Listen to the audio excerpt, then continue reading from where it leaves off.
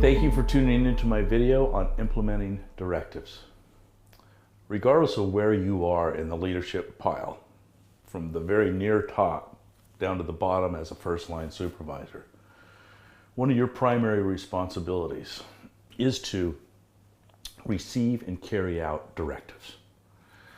It is one of the most important things you do as a leader manager, and this is why it's really important to get it right. So we're going to go through this video step by step and emphasize what you need to do in order to receive and carry out directives. What does that responsibility really entail? So let me give you a more graphic description of what that means. We need to make sure that we're receiving the directives from the higher ups so then we can turn around and implement that for everybody that follows us, okay? We need to implement directives in the manner and the timing that they were intended to be implemented. So it's achieving the objective, but also doing it within a set framework or time frame. Also, you want to make sure that when you're implementing directives, that the directive is being implemented according to the practices and procedures and policies of the organization within which you work.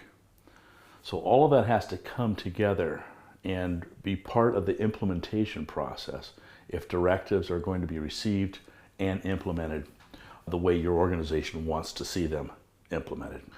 One of the things that you need to be very, very aware of is that when you are implementing a directive and you're handing this directive down to the group of people that follow you, you want to make sure you're never giving a directive to somebody who isn't qualified to carry it out. This is why a high-class training program will always make sure you have a pool of qualified people that can receive directives, okay? But it's really important that when you go to issue that directive, you're taking a close look to see whether or not the person's qualified. Not just qualification, you also want to look at capability. Does the person have the work ethic necessary to pull off the ability to implement the directive the way you need them implemented? So it's more than just a qualification, it's a capability. And depending on the intensity of the directive, it could cause you to second guess maybe some of the capabilities of the people you want to implement that directive, right? So you just got to make sure they have the right capabilities. Even when people do have the qualifications and they do have the capabilities, you want to make sure that you're flushing out any questions as you issue the directive. And you want to make sure you're available in some way, shape, or form as the directive is being implemented. They may get halfway through the job and find something nobody thought they would find, that they discovered something new that causes them to come back and want to ask you a question. If you're not available at that critical time, work might stop and the directive will not be implemented on time or not meet its objective as originally intended. So that availability during implementation is really important. Last but not least, before we jump in and get into more of the step-by-step process for implementing directives, the key here is that when you delegate a directive, all that is saying is this is my intention. I'm intending to have the work completed as noted in the directive. But the work isn't really completed until you follow up. So every time you delegate, you have to follow up. Delegation is just the express intent. Follow-up is actually confirming the task was completed according to the directive and on time. Okay, so delegate, follow up, delegate, follow up. Those two things are never separated. They always have to go together whenever you're implementing directives. During your follow-up process, you're going to want to make sure that the directive was implemented as intended, was the objective met, and was the implementation process on time. One is the objective of actually performing the task. The other will be having the task performed by a particular deadline. The objective and completion time are two key elements of every directive. And if either one of those are not met, then the directive was not met.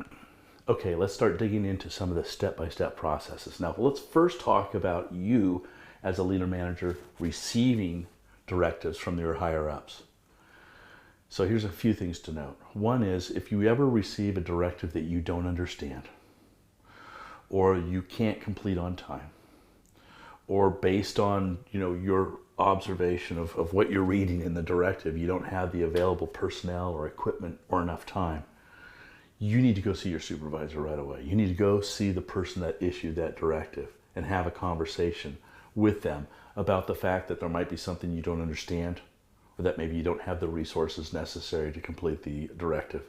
You need to have an ongoing conversation with your supervisor or the person who issued that directive so you can make sure all those boxes are checked. The other thing that you want to do is to have an ongoing conversation with your supervisor. You want to make sure that the directives that are flowing from his office to your desk are consistently part of the conversation. Directives are so important. They are the lifeblood of getting action in the field completed the way the directive issuer was intending. So you want to have an ongoing conversation. Talking about directives should not be the exception, it should be the rule. All right, let's talk about the 5 steps to successfully receive and issue directives. Step 1 is understanding the directive. And there's 4 basic components to that, okay? There's scheduling issues, there's priority issues, there's resource issues, and I would say one last category that I call confusion, safety, or ethics issues. So let's go over step 1 and those 4 components to step 1, one at a time. When you're receiving a directive, you need to be asking yourself, can I implement this on time, on the timing that's expressed in the directive? If not, why not? Can the conflict that's preventing me from completing this directive on time, can it be easily resolved? If not, you need to contact your supervisor and let them know that you have some scheduling issues. You might not be able to get this done on time based on whatever you find out in terms of your discovery process. So the first component of step 1 is identify any scheduling issues. Okay? Number 2, priority issues. Chances are this is not the only directive you're going to be implementing. You might be implementing numerous directives all at the same time. And if you don't have enough time, or you don't have enough resource, and you're forced to prioritize the directives, where does this directive stand in the priority pile? Is it so high a priority that you actually need to stop doing other work in order to institute this directive, and then once this directive is completed, you can go back to that other work? So there's lots of discussion around priority. You always want to be doing the most important thing first.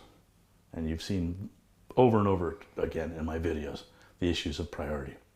So where does it stack up in the priority pile? If you're not sure, you can't answer that yourself, go talk to your supervisor. Okay. That third area is the resources. How much resource is it necessary to implement the directive? And do you have those resources available? And if you don't, how are you going to acquire those resources? Sometimes resources are added as part of the directive, but you need to check resources. Do you have enough resource, which is personnel and equipment? That 4th category in step 1 that I called confusion, safety, and ethics issues kind of breaks down as follows. One is, if the directive is confusing, you've got to go talk to your supervisor. If it looks like the directive has some negative safety implications, then you need to go talk to your supervisor. And last but not least, if the directive is apparently asking you to do something unethical, you need to go talk to your supervisor. So once again, receiving that directive is an ongoing part of the conversation. So those are the 4 components of step 1. So that's the end of step 1. Step 2 that we're going to get into now is now you issuing the directive to others. And it could, in doing that in just the right way is going to be really important, okay? Because you don't want to create confusion. You want to have the directive implemented to meet the objective and have it done in a timely manner, right? So now we're going to get into you issuing the directive. You always want to delegate a directive in a way that makes sense to your crew. So when you're developing that directive, you want to make sure you're using language, you're using terms that they can understand, or they easily understand, or that they're familiar with. If somebody's not familiar with the languaging you're using in a directive, it's going to be a mystery to them, and that's going to increase the odds that the directive will not be carried out as you are intending it to be carried out, okay? So you want to make sure it's very clear. A lot of the directives that you receive from your higher-ups may not include current practices. It may not include procedures that you need to now include for your crew, or it may not be mentioning all the policies that need to be followed. So when you get a directive from the higher ups, it might be lacking all that information that you now have to insert in order for that directive to make sense to the people that are following you, and to make sure the implementation is performed in such a way that you meet the objective and you do it on time, okay?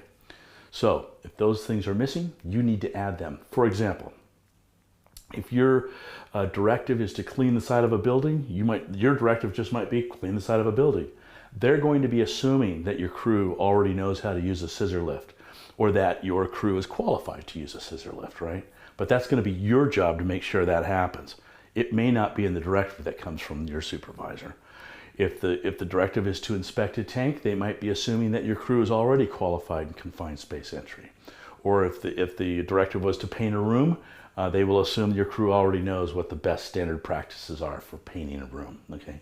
So those are things that are missing from the directive as you receive it that you now have to insert into the directive so it's carried out the way you want it to be carried out.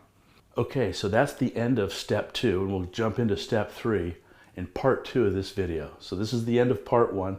I would invite you to check out part number 2, where we go over steps 3, 4, and 5 on implementing directives.